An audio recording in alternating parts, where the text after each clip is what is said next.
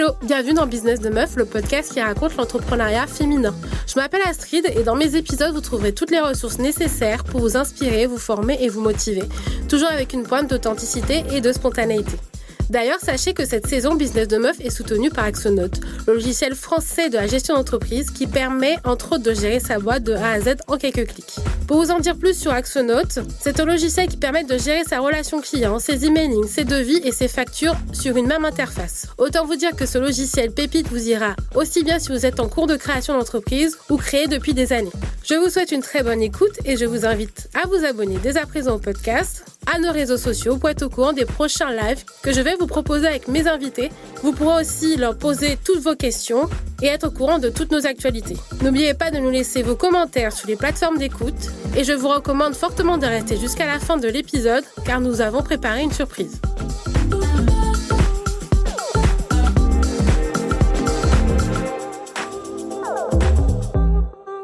Hello les meufs, aujourd'hui je reçois Laurine, fondatrice de Tonton Sirop, une marque de sirop à base de plantes médicinales et d'épices provenant des Caraïbes.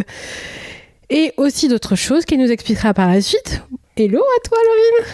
Coucou Astrid. Merci d'être là aujourd'hui dans le podcast Business de Meuf. Avec plaisir. Alors, on va commencer par une petite introduction, une petite présentation de toi.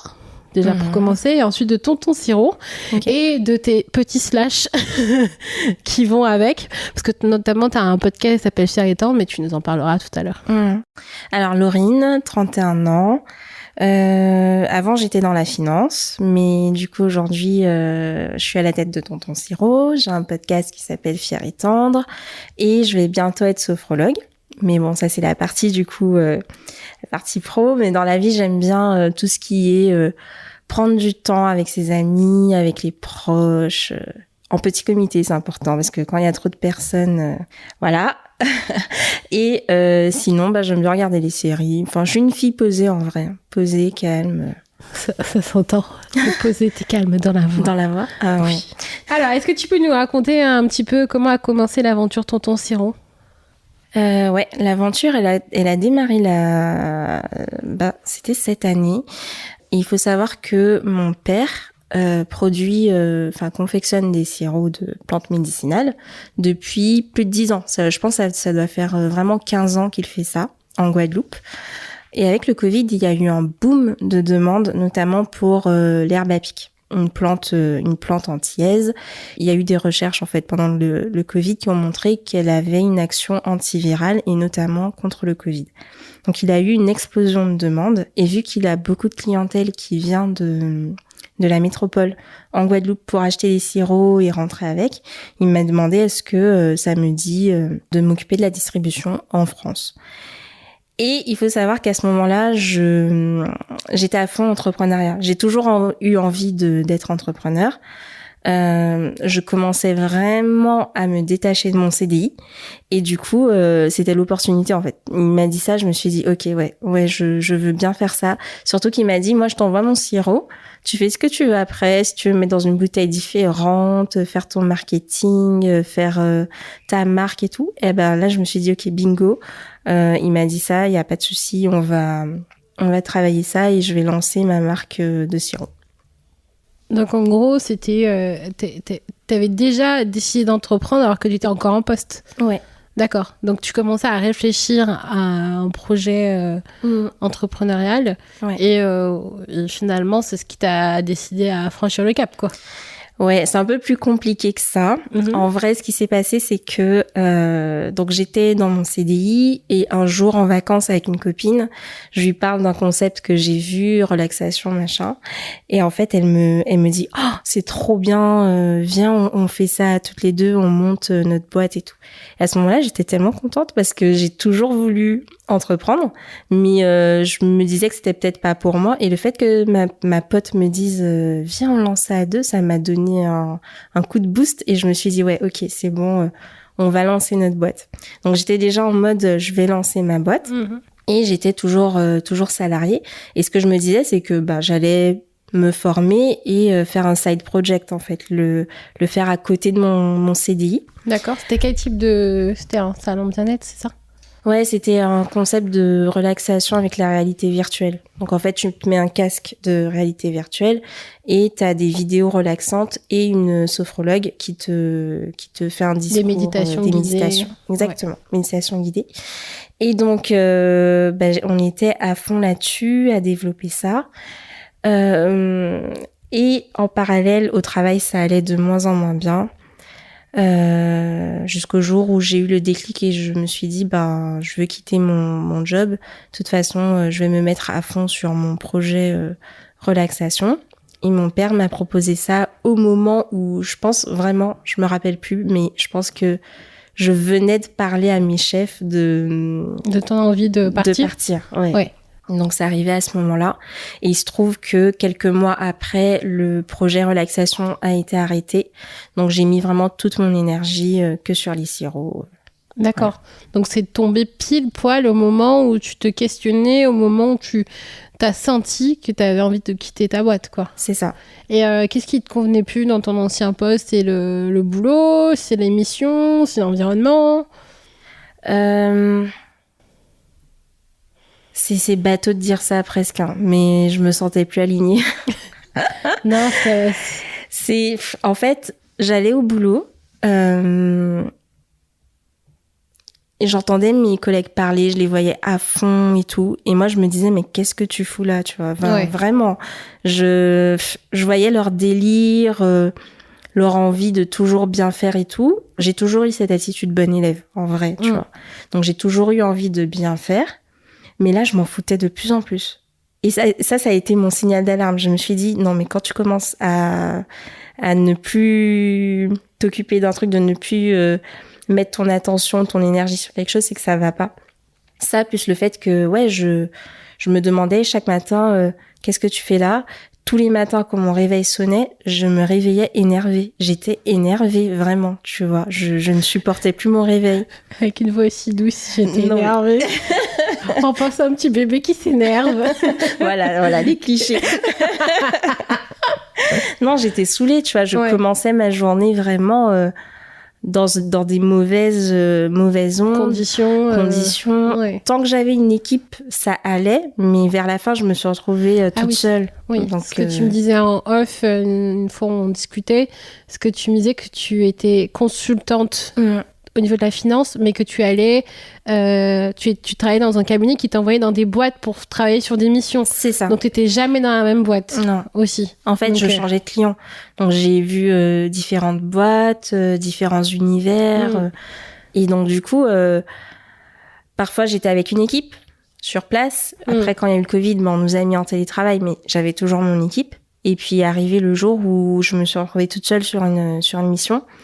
Et avec juste une manager. Et c'était la mission compliquée, où non seulement j'étais seule, ma manager, comme moi, on comprenait pas ce que le client voulait. Le client ne savait pas ce qu'il voulait. Donc c'était hyper difficile d'avancer. Et en plus, il nous demandait des choses insensées, tu vois. Comme par exemple, on passe une semaine à travailler sur quelque chose, ça va. Et le vendredi, juste avant le rendu final le lundi, on fait la dernière réunion, il est 17h, et là, le gars, il nous dit non, il faut tout reprendre. Et on lui dit, ouais, mais il est 17h. Et il nous dit, oui, mais on s'en fout, on veut que lundi à 9h, ce soit prêt. Ah oui, d'accord. J'étais dans un Airbnb avec mes copines, on devait fêter un anniversaire.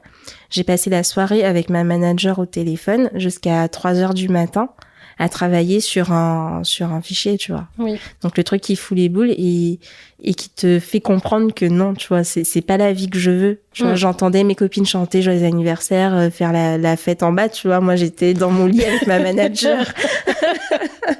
Donc comment te dire que non, tu vois, c'est vraiment je pouvais plus. T'as senti un peu de frustration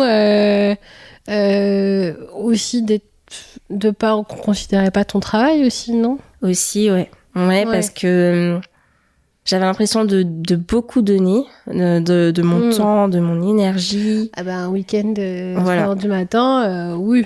Voilà, tu vois.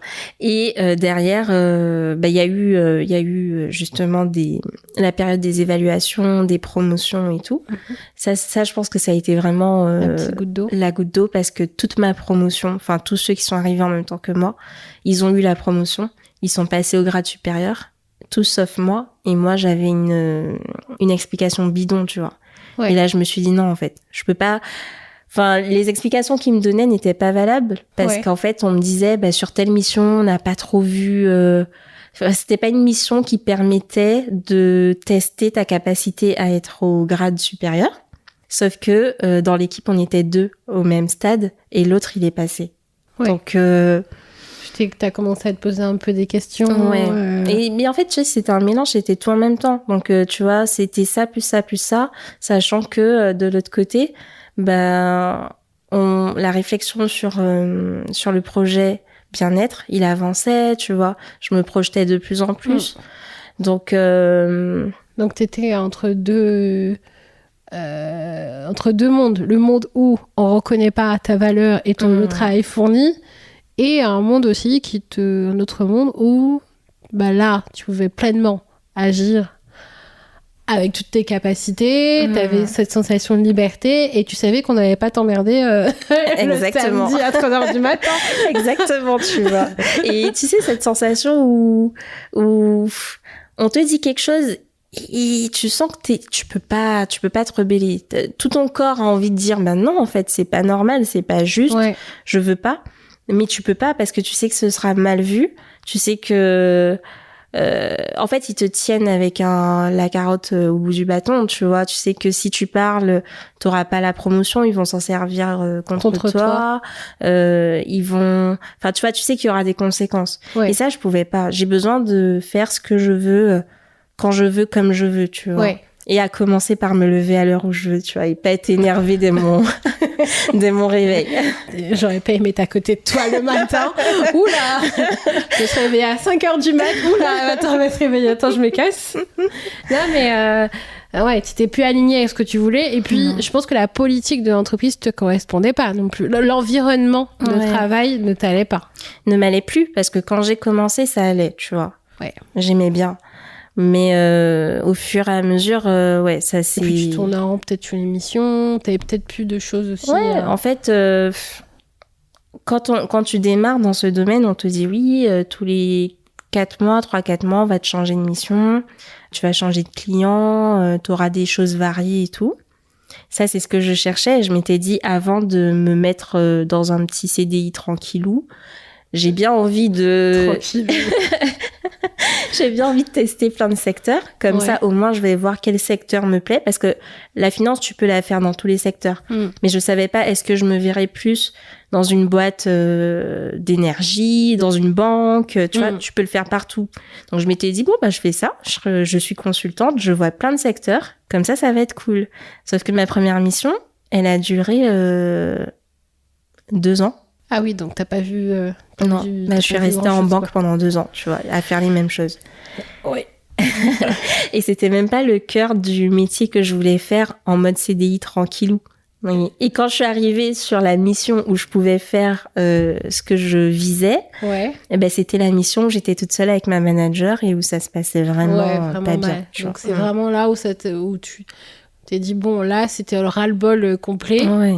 C'était trop, donc je t'ai dit, il y a une opportunité, j'y vais. Donc la première idée, c'était de t'associer avec ton ami pour lancer l'Institut de bien-être. Ça s'est pas fait. Ouais. Ton père arrive, je te dis, j'ai du sirop pour toi. Et là, je dis oui, let's go. tu fais tout ce que tu veux, comme tu veux. Les choses qu'en fait, finalement, qu'on t'avait jamais dites auparavant, quoi. Exactement. Il m'a donné la carte blanche. Est-ce que tu t'es pincé pour moi? Tu n'étais pas en train de rêver à ce moment-là? Je dis, non, parce que, en fait, quand je prends du recul, je me rends compte que sur toute ma vie, ça a toujours été ça. J'ai des opportunités qui arrivent au bon moment, tu sais, au moment où il faut. Et j'ai l'impression que les choses, même quand j'ai l'impression que ça se passe pas bien, il y a toujours une porte derrière, une porte de sortie, une opportunité qui arrive et qui me lance sur autre chose. Ouais, d'accord. De mieux. Finalement, c'est bien, hein, parce que tu te dis, quoi qu'il arrive, il y aura toujours un truc derrière, quoi. C'est ça. Après, c'est ma façon de penser, tu vois, c'est comme ça. Ma vie s'est toujours passée comme ça. Donc, en fait, je suis assez confiante sur mon chemin. Enfin, j'ai confiance en la vie, entre guillemets. Je me dis que peu importe ce qu'il arrive... tu vas rebondir, tu vas trouver quelque chose. Voilà, donc ça n'a pas été une source d'angoisse pour toi de switcher et de passer de salarié à entrepreneur? Non. Non, ça n'a pas été une source d'angoisse parce que je savais que je n'étais pas seule, puisque au départ, je devais le faire avec ma copine. Donc, je me sentais pas seule. Je me disais, obligée, ça va fonctionner. On va toutes les deux mettre notre énergie dessus, ça va aller.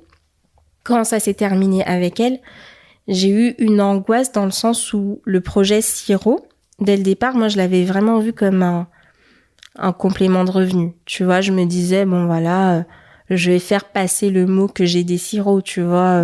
Ça va te faire par le bouche à oreille, quoi. Bouche à oreille, chaque mois, je vais vendre 100 € de sirop. Et là, je me retrouve sans mon projet de base, sans mon travail, parce que je l'avais déjà quitté. Ouais. Donc, je suis en mode... Qu'est-ce que je fais? Pôle emploi.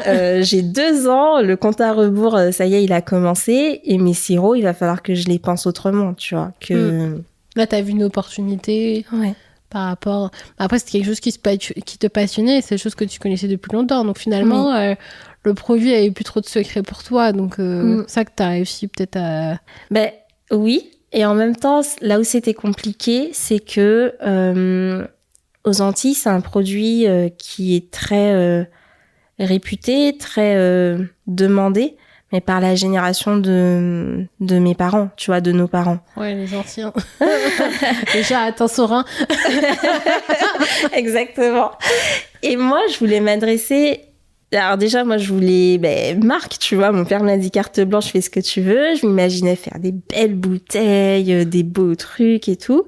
Et m'adresser aux gens de mon âge, tu vois. Et là, je me suis dit, comment je vais faire pour vendre le truc qui a une mauvaise... Enfin, pas une mauvaise image, mais une image de truc pour les vieux à ma génération et leur faire comprendre que ce produit-là, il a un intérêt, il fonctionne, il peut... soigner les petits maux du quotidien, tu vois.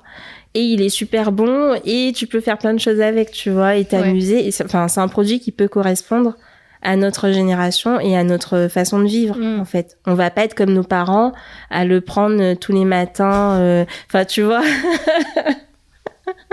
Limite avoir toute la bouteille pour soigner le mot. Exactement. Mais en fait, ton challenge, c'était de rajeunir la marque, finalement. C'est ça.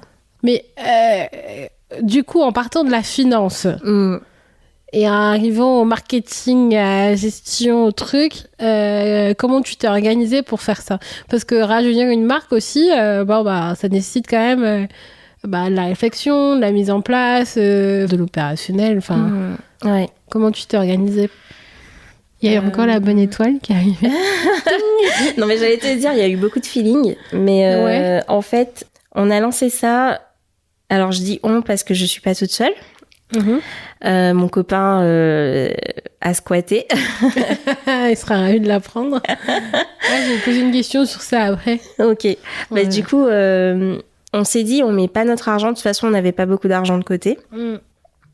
Et on s'est dit direct, on a des amis entrepreneurs qui nous ont dit « Ah, mais en Guadeloupe, vraiment, il y a des aides, ils poussent à l'entrepreneuriat, etc. » Et on s'est dit, OK, on va demander. On est jeunes, on a 30 ans, on va essayer. Et donc, du coup, on a fait une demande de subvention, sauf que tu dois faire tout un business plan. Ouais. Voilà. Et donc, du coup, déjà, cette étape-là, qui m'a pris, je pense, 1 mois, j'étais devant mon business plan à réfléchir. Je me suis basée, je pense, sur tout ce que j'ai appris pendant mes études, essentiellement, tu vois. Ouais. Donc il y avait beaucoup de pas doigts mouillés, mais de l'inspi, pas d'inspi, mais de l'intuition, quoi. L'intuition, tu vois. En fait, le business plan nous a vraiment permis de cadrer et de se poser les bonnes questions. Mais les réponses, en fait, c'était vraiment ce qu'on avait envie de faire et ce qu'on avait envie de fournir comme produit. Et à la fin, on a fait relire par nos potes entrepreneurs. Et il se trouve que mon copain, à cette période-là, il s'était fait licencier pour motif économique. Et dans ce cadre-là, on lui a fourni vraiment plein de formations. Il a eu un gros budget formation, reconversion. Et comme il a dit qu'il voulait se lancer dans l'entrepreneuriat, il avait plein de conférences, de petits cours en fait sur quels sont les différents statuts, comment suivre les indicateurs financiers. Bon, ça moi je connaissais déjà par ma formation, mais voilà, il a eu des notions. Et en fait, à chaque fois qu'il avait ses cours, je regardais un petit peu qu'est-ce qu'il se disait et ça nous a un petit peu cadré. En fait. D'accord. Donc c'est une notion entrepreneuriale, quoi. C'est ça. Donc ta bonne étoile a dit bon, on va te donner plein de formations. Exactement. Allez, bim. Donc du coup, vous avez fait une demande de subvention à ce moment-là ? Ouais. Okay. À ce moment-là, on a fait une demande de subvention qu'on a eue. En plus, c'était une subvention où on était obligé de la demander avant de créer la société. Donc, on voulait lancer le truc, mais on pouvait pas. Et en plus, ça prenait du temps. La subvention, il y avait des allers-retours, le temps qu'ils prennent la décision, etc. Le jury, examiner le dossier. Ouais. Donc, en attendant, on a travaillé vraiment sur les aspects visuels, tu vois. Le packaging. Nos idées, tu vois. Et ce qu'on a fait en attendant d'avoir la subvention, c'est qu'on a fait un test. Mon père, il m'avait envoyé du sirop. Donc, on n'avait pas nos bouteilles, on n'avait pas nos étiquettes, on n'avait rien. Et on s'est dit, on va voir s'il y a des gens intéressés. Et en fait, on a fait une vente express. On s'est dit, on va rentrer en Guadeloupe à Noël. Avant de partir en vacances, on vend tout le stock parce que mon père m'avait envoyé un gros stock. Et comme on savait pas si on allait avoir la subvention, on savait pas quand est-ce qu'on allait lancer l'entreprise, on s'est dit, autant vendre le sirop plutôt qu'il reste là, quoi. Ouais. Et en fait, on a vendu ça brut comme ça. Je crois en 4 jours, on avait tout vendu, 25 litres, tu vois. Okay, et on s'est dit, ok, la bouteille, elle est même pas belle. Les gens... une preuve de... voilà. Le produit, il intéresse, tu vois. Donc, ça nous a vraiment beaucoup encouragés. Et la bonne nouvelle, c'est que quelques temps après, on a su qu'on avait obtenu la subvention. À Noël. Non, juste après Noël. Mais quoique, attends, je réfléchis. Il y a moyen que ce soit juste avant Noël parce que, justement, on a créé la société en décembre et ça a été officialisé en janvier. D'accord, ok. Donc, il y a moyen que ce soit dans cette période-là. Je pense que c'était début décembre, on nous a dit OK. Mais du coup, vous avez demandé qu'une seule subvention, vous en avez demandé plusieurs. Et deuxième question, est-ce que c'était une subvention en Guadeloupe, à la région Guadeloupe directement ? Ouais, c'était la préfecture Guadeloupe. À ce moment-là, on avait le projet de rentrer s'installer en Guadeloupe. Ouais. Donc on s'est dit autant créer la société en Guadeloupe, la domicilier en Guadeloupe. Et donc quand tu domicilies ton entreprise sur place, tu peux demander à la région, à la préfecture. En fonction du lieu où t'as... Voilà, où t'as domicilié ton entreprise. Donc c'est ce qu'on a fait. On n'en a pas demandé d'autres. Ah si, on en a demandé une autre. À la région Guadeloupe cette fois-ci. C'est une subvention très numérique. En fait, tu peux demander tout ce qui est ordinateur, imprimante, machin. Donc, en fait, ils financent 70%. D'accord. Et ils peuvent te financer 100% de la création de ton site internet. D'accord. Et nous, on voulait un site internet de fou. Donc, on s'est dit, on va demander ça. Donc là, on l'a demandé, on n'a pas encore la réponse. Ouais. Et on a eu une autre subvention, mais rien à voir avec la Guadeloupe ou quoi. C'est dans le cadre du licenciement de mon copain. Il avait en plus 7 000 euros de subvention pour créer son entreprise. D'accord, ok. Donc ça vous a servi... Ça nous a aidé à démarrer. Ouais. Ça nous a aidé vraiment dans le démarrage parce qu'il fallait payer le stock de bouteilles, il fallait imprimer les étiquettes, faire imprimer les étiquettes. Commencer même à pour créer... déposer les statuts. Ouais. Voilà. Alors, les statuts, on a fait avec nos fonds perso. Ouais. Parce qu'on a créé la société avant d'avoir quoi que ce soit. Donc, c'était fonds perso. Mais ensuite, ça nous a aidé à toutes les premières dépenses. Donc, du coup, ça vous a servi à bien amorcer le démarrage, quoi. Ouais, c'est ça. Ok. On a pu faire en sorte de créer notre premier stock de 100 bouteilles. Oui, comme ça, vous avez fait le test grandeur nature et vous êtes rendu compte que, effectivement, il y a un marché. Ouais, c'est ça. Bon, pas sur toutes nos bouteilles. Il y en a qui partent beaucoup plus vite que d'autres. Il y a une plante qui part pas parce qu'elle est amère, en fait.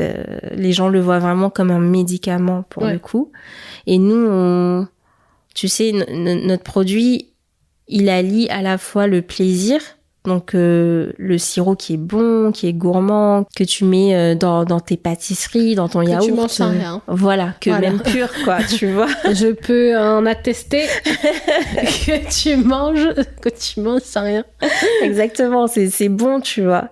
Et on allie ça au côté vertu pour les personnes qui s'intéressent aux vertus. Et pour le coup, le sirop qu'on ne vend pas, il n'a pas le goût, il est amer en fait. Ouais. Il est amer et c'est seulement les personnes qui connaissent, tu vois, qui connaissent. Ce sont des connaisseurs qui peuvent acheter ça parce qu'ils savent que quand tu tombes malade, ça fonctionne. Mais ouais, effectivement, t'as pas lancé toute seule. Enfin, tu t'es lancée toute seule, mais après ton copain t'a rejoint assez rapidement. Et comment ça se passe du coup d'entreprendre avec son copain? C'est chiant. Mais non, je rigole, c'est pas vrai. Ça se passe bien. Ouais. On est assez complémentaires. Lui, il est très, il arrive à se projeter. Il est très, comment dire, personnalisation. Donc en fait, tout ce qui est graphique, je le laisse faire. Tout ce qui est créatif et tout, je lui laisse la main. Il va s'occuper de tout ce qui est très logistique, tu vois, manutention, tu sais, quand on reçoit la marchandise, c'est lui qui s'en occupe, il va chercher des fournisseurs, c'est lui qui va le faire. Après, moi, je m'occupe plus de la relation avec les partenaires, avec, par exemple, l'imprimeur, toutes les personnes avec qui on est en contact. Et je fais vraiment tout ce qui est administratif, compta, tout ça. Ouais, les chiffres, ça te parle? Voilà, tout à fait. Mais toute la com, c'est moi. Tous les réseaux sociaux, c'est moi. Donc, je me mets quand même pas mal de pression parce qu'on s'est dit que notre cible, notre clientèle, elle est sur les réseaux sociaux. Ouais. Sauf que je n'arrive pas à être régulière sur les réseaux sociaux. Ouais. Donc, voilà. Mais bon, c'est moi qui gère plus ce côté-là. Après, est-ce que c'est quelque chose que t'aimes J'ai l'impression que quand tu as recruté, c'est le premier poste que... Ah ouais, tellement. Ah ouais. C'est la première chose que je délègue dès que j'ai le budget. À part les stories où il faut qu'on se montre, c'est normal. Ouais. Mais alors, faire toute la stratégie, planifier les posts, etc., je délègue ça à la première minute, vraiment. Donc, peut-être des perspectives Donc, si vous cherchez un stage en communication... Community manager, voilà. Si vous aimez faire des posts, les planifier, on a bien compris le problème. N'hésitez pas à y aller. Et du coup, le fait de vous associer, ça a plus été un choix ou ça lui a parlé lui aussi? Il avait une envie d'entreprendre à ce moment-là C'est de ma faute. Donc en gros, ce qui s'est passé, c'est qu'il travaillait dans l'aéronautique. Ouais. Il adore son travail. Franchement, ces petites boîtes, esprit familial, les collègues, ce sont les amis, etc. Donc il kiffait vraiment son boulot. On commençait à lui donner un peu des petites responsabilités en plus.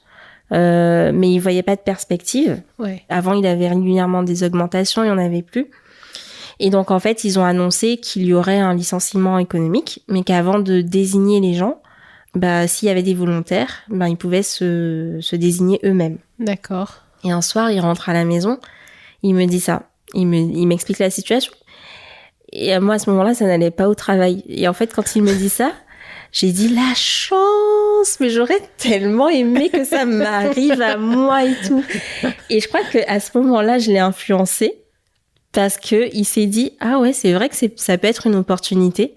Il n'avait pas forcément l'envie d'entreprendre. Enfin, en tout cas, il avait le rêve, mais quelque part bien au fond de lui, tu vois.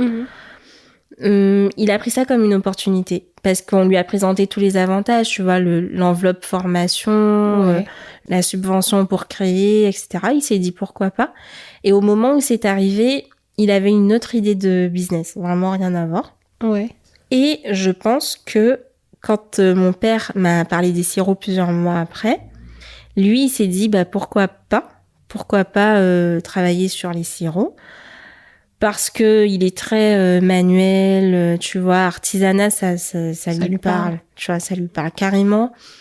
Et puis il me voyait entre mes deux projets, tu vois, il voyait que j'avais la relaxation qui n'était pas encore arrêtée, j'avais les sirops et je commençais déjà à parler de podcast, tu vois, donc il s'est dit je vais l'aider. Tu vois, au début il me disait je peux t'aider sur ça. Et lui sur son projet, il a commencé à rencontrer des freins. Parce que c'était très technique, son projet. Il a rencontré des ingénieurs, des choses comme ça, qui lui ont fait comprendre que ça allait être difficile à mettre en place. Ouais. Et en fait, il s'est dit, ok, je laisse tomber mon projet et je me mets à fond sur les sirops avec moi, quoi. Oui. Ok. Peut-être que son projet, il se développera, mais sur une autre forme, au final. Ouais, carrément. Ce que je voulais savoir, c'était si au quotidien, tu rencontrais des difficultés dans la logistique, dans la gestion. Qu'est-ce que c'est que d'avoir une marque de sirop? Tu dois faire attention à ce que tu reçoives bien les livraisons de ton père, que tu fasses bien attention à recevoir les bouteilles, les étiquettes. Est-ce que vous avez réussi à vous faire à trouver tous vos fournisseurs en France? Parce que je sais qu'il y a beaucoup de créateurs qui ont à cœur d'avoir uniquement des fournisseurs français. Alors, nos étiquettes, elles sont imprimées en France et on était très contents parce que notre imprimeur, il habite notre ville donc en fait, on peut aller le voir quand on veut. C'est un petit village, donc c'est vraiment sympa. Les bouteilles, en revanche, on a cherché en France. C'était très difficile d'avoir des contacts avec eux. Et on n'a pas réussi à se lancer dans une relation de partenariat avec un fournisseur. En général, ils nous renvoyaient vers leur filiale en Espagne, dans d'autres pays d'Europe. Et donc finalement, on a trouvé un fournisseur allemand avec qui ça fonctionne très bien, c'est efficace. Donc voilà, notre fournisseur, il n'est pas en France, mais il n'est pas très très loin. Voilà. Après, à ce niveau-là, pas vraiment de difficulté. Avec mon père non plus. Dès qu'on a besoin, parce qu'en fait, on n'a pas fixé dès le départ, il faut que tu nous envoies tant de marchandises tous les temps de temps, parce qu'il fallait qu'on teste en fait la demande de notre... fallait qu'on sache à quel rythme il faut recommander et tout. Donc à chaque fois qu'on sent que il faut restocker, on lui passe un coup de fil, il nous envoie la marchandise, ça arrive très vite, ça se passe très bien à ce niveau-là. Là où on a eu une grosse frayeur, c'est au niveau des bouteilles, parce qu'on avait vendu beaucoup. Et tu sais, avant de démarrer, avant d'avoir nos subventions, on avait fait le business plan et en fait, on a passé vraiment plusieurs mois sur les sites, justement à chercher le fournisseur.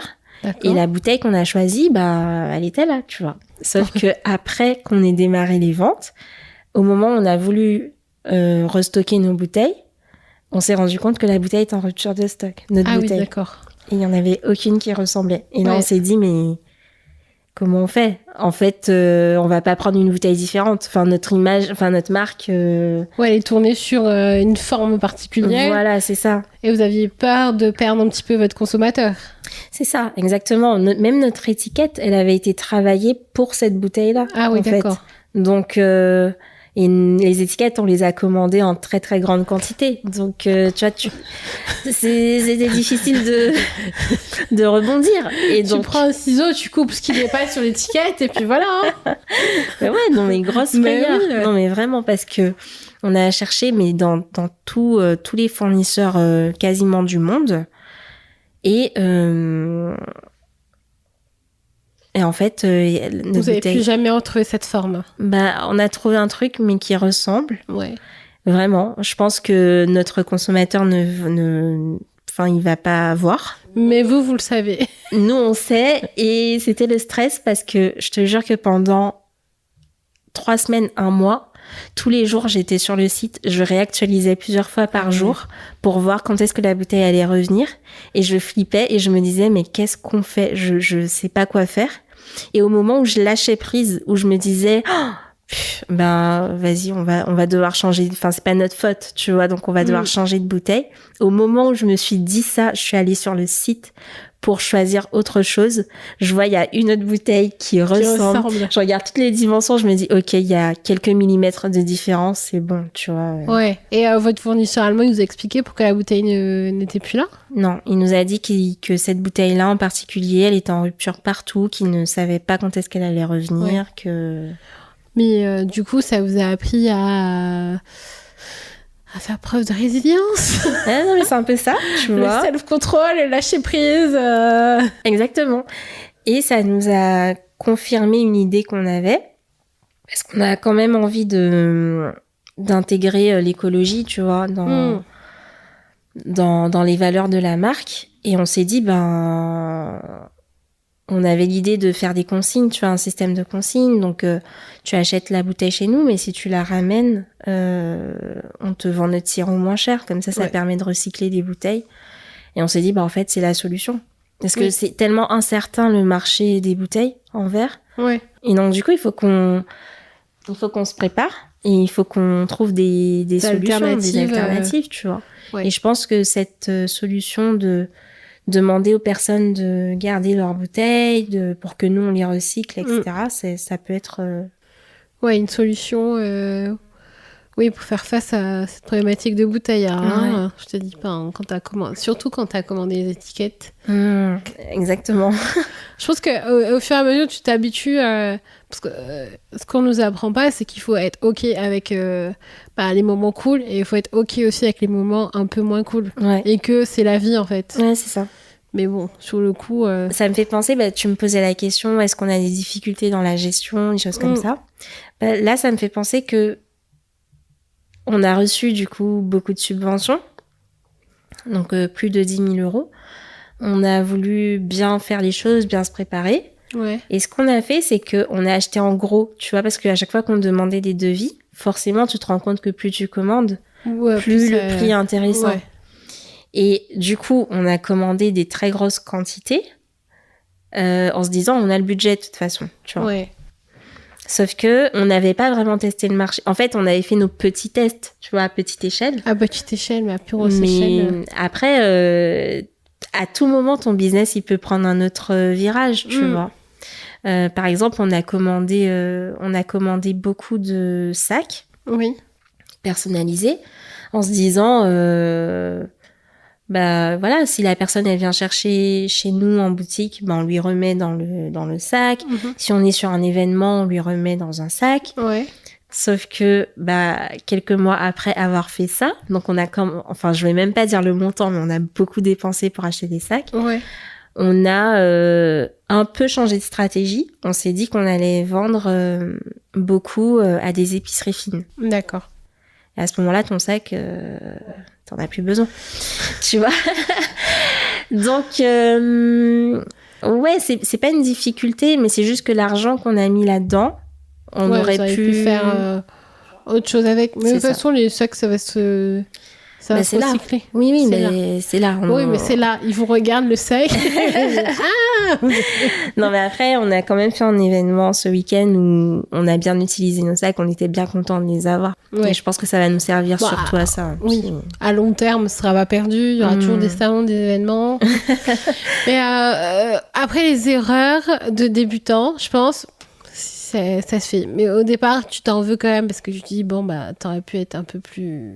raisonnable. Plus smart sur ça, mais des fois, il faut se dire, de toute façon, il faut bien faire des erreurs. Mieux que ce soit sur ça que sur autre chose. Oui, c'est sûr. C'est sûr. En gros, l'entrepreneuriat, c'est tant que tu niques pas ta trésorerie, tout va bien. Ouais, c'est ça. La trésor. C'est comme dans l'immobilier, l'emplacement. Oui, exactement. Et du coup, comment t'es venue l'idée de te former en sophrologie? C'est par rapport à ton premier projet? Ouais. C'est ça. Donc, pour le premier projet, du coup, c'était de la relaxation virtuelle. Donc, casque de réalité virtuelle, images relaxantes et la voix. D'accord. Et au départ, on s'est dit, on va contacter des sophrologues, des relaxologues. On va payer pour qu'elles nous enregistrent. Des méditations. Voilà. Et il se trouve que du coup, moi, ça n'allait plus au travail. J'avais besoin de trouver ma porte de sortie. Et je m'étais dit, au cas où, pourquoi pas faire un bilan de compétences, tu vois, parce que l'entrepreneuriat, tout le monde te dit que c'est incertain, machin. Donc, si je fais un bilan de compétences, au moins, j'aurai le métier qui me correspond, que je pourrais faire pour rebondir si jamais ça se passe pas bien. J'ai fait le bilan de compétences, le résultat c'était sophrologie. Et là je me suis dit bon, ça tombe bien, comme ça si je me forme, on n'aura pas besoin de payer des relaxologues, on mettra directement ma voix sur les vidéos. D'accord. Et je me suis dit dans tous les cas ça va me servir, tu vois, je m'inscris, je fais ma formation. Après le projet il s'est arrêté, je me suis dit c'est pas grave, tu vois, je serai formée. Ouais, c'est quelque chose qui te tenait à cœur et qui correspondait quand même à... Ça me correspondait en tout point, tu vois. Quand tu fais un bilan de compétences, tu vois tes compétences personnelles, ce que ton entourage dit de toi, ce que tes collègues disent de toi, tes compétences pro. Et en fait, quand je mettais tout bout à bout, et quand elle m'a dit non, mais moi je pense que la sophrologie ça peut être bien. Moi à l'époque je connaissais pas ce métier. J'ai contacté des sophrologues, j'en ai discuté avec elle et tout. T'as fait ton enquête métier. Voilà, j'ai fait mon enquête métier. Je me suis intéressée, j'ai regardé et je me suis dit en fait, je me vois faire ça. Oui. Genre aider les gens, moi j'adore faire ça, tu vois, être à l'écoute, trouver des solutions, apprendre à la personne à s'écouter, lui apporter les clés pour qu'elle réussisse à gérer ses émotions, son stress, gérer son quotidien, tu vois, gérer les épreuves, la douleur. Enfin, voilà, il y a beaucoup d'applications, en vrai, à la sophrologie. Et donc, du coup, je me suis dit, ça peut être une bonne opportunité et ça me correspond. Surtout. Et après, c'est ce qui t'a donné envie de faire le podcast. Non. Alors, je cherche... tu cherches le lien. Tu cherches des passerelles, des liens. Non, je te jure, ce sont des opportunités. Enfin, alors, le podcast, c'est encore différent.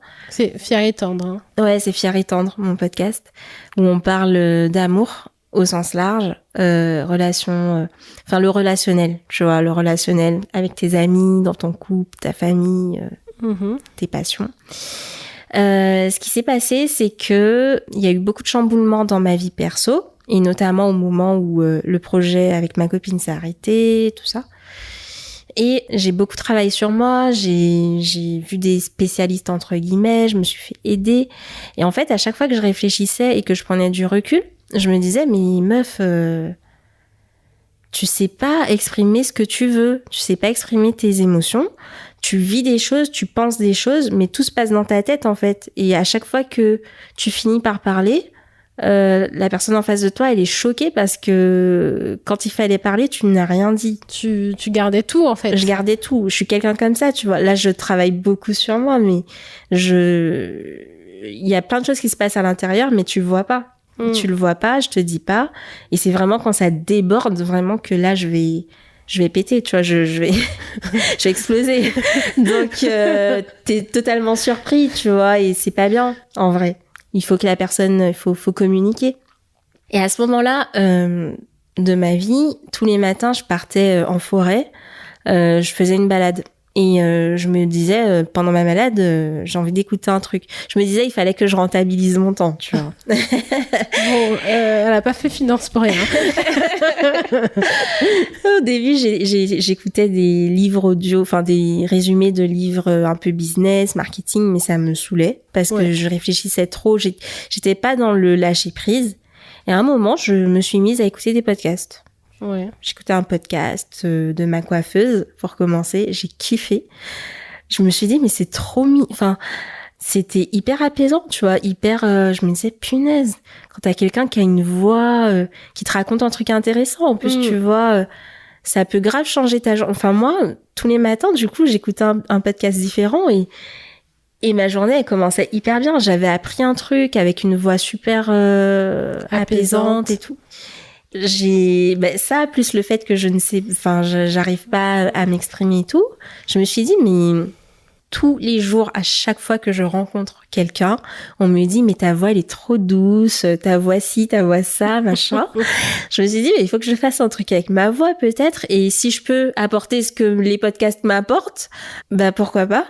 Et en fait, gros syndrome de l'imposteur aussi. Je me disais, mais qu'est-ce que tu peux apporter aux gens, tu vois? C'est quoi ta légitimité dans ça, en fait? Ouais, c'est ça. Enfin, qu'est-ce que... Genre, je suis pas experte dans le domaine, tu vois, je suis pas experte marketing, j'ai pas d'expertise. Et la finance, j'étais en train de me détacher de ce monde-là, donc tu vois, je me voyais pas parler de finance, et puis j'étais pas passionnée par la finance non plus. Et là, je me suis dit, mais... Ben, ce qui me concerne en ce moment, ce sont les émotions.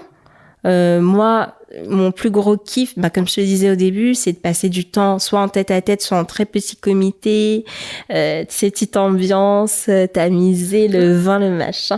On parle des relations et tout, comment ça se passe, mais pourquoi ça se passe comme ça et tout ça. Ouais. Et je me suis dit, mais en fait, le nombre de conversations que j'ai eues avec mes amis et où je me disais, mais punaise, sur un podcast, ça serait tellement bien, ça. Ouais, parce que t'apprends des trucs, en vrai. Ce sont des choses de la vie que tout le monde vit. Mais personne n'en parle, finalement. Oui, voilà, c'est ça. Et je me suis dit, mais ce serait trop bien de communiquer ça, tu vois, de ce qu'on apprend de nos relations amoureuses, ce qu'on apprend de nos relations familiales, amicales, ce qu'on en tire.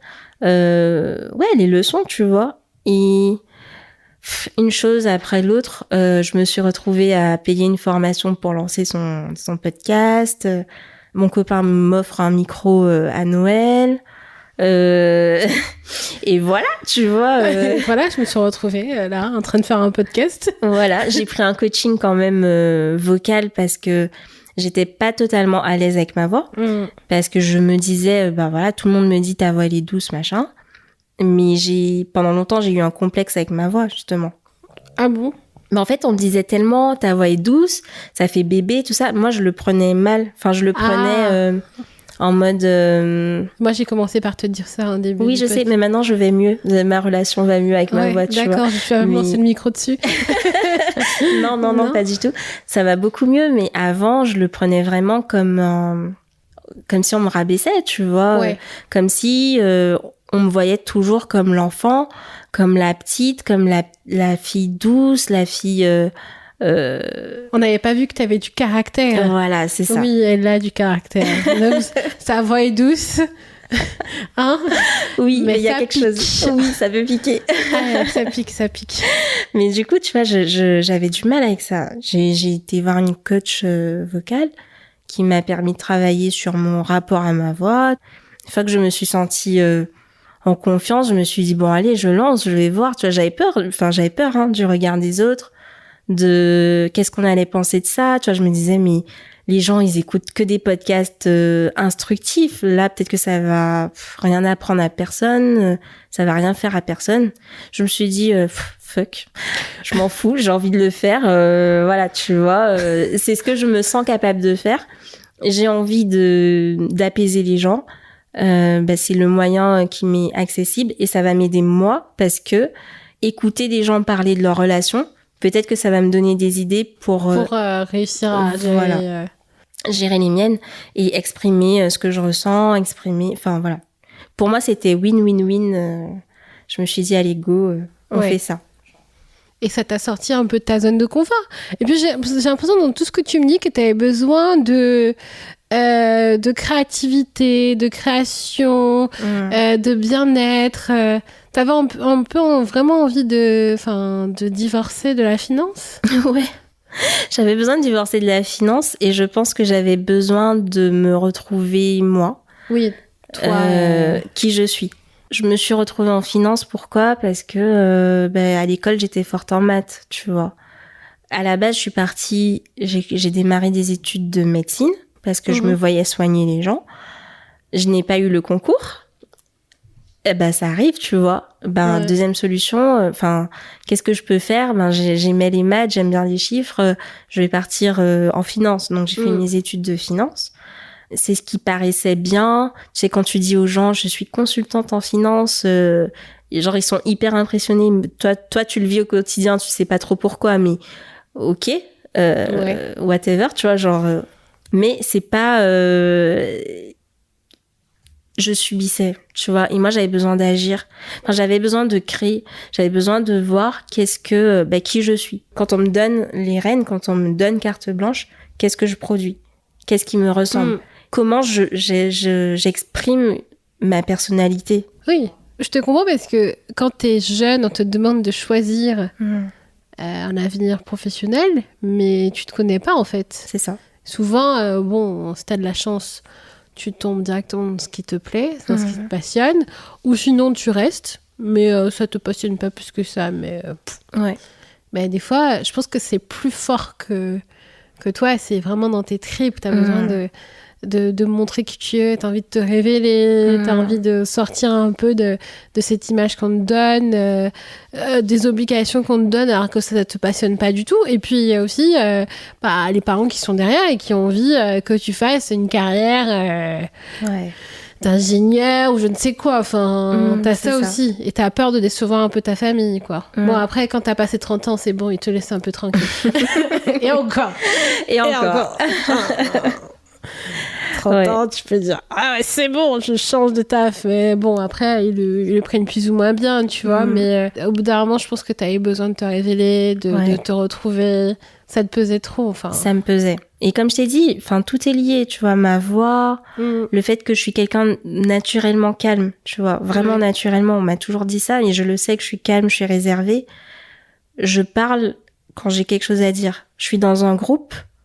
J'écoute, j'observe beaucoup, mais j'ai pas envie de parler pour parler, tu vois, malheureusement et heureusement peut-être, je pense que j'ai toujours renvoyé, en tout cas c'est ce que je pense, l'image de la fille qui est dans son coin et qui n'a pas de personnalité, tu vois. Qui a rien à dire. Qui n'a rien à dire. Et je pense que du coup, je peux passer pour la fille qui n'a pas d'opinion, qui n'a pas d'avis, qui n'a pas... qui est dans son coin. Voilà, tu vois, qui n'a pas de personnalité, alors que...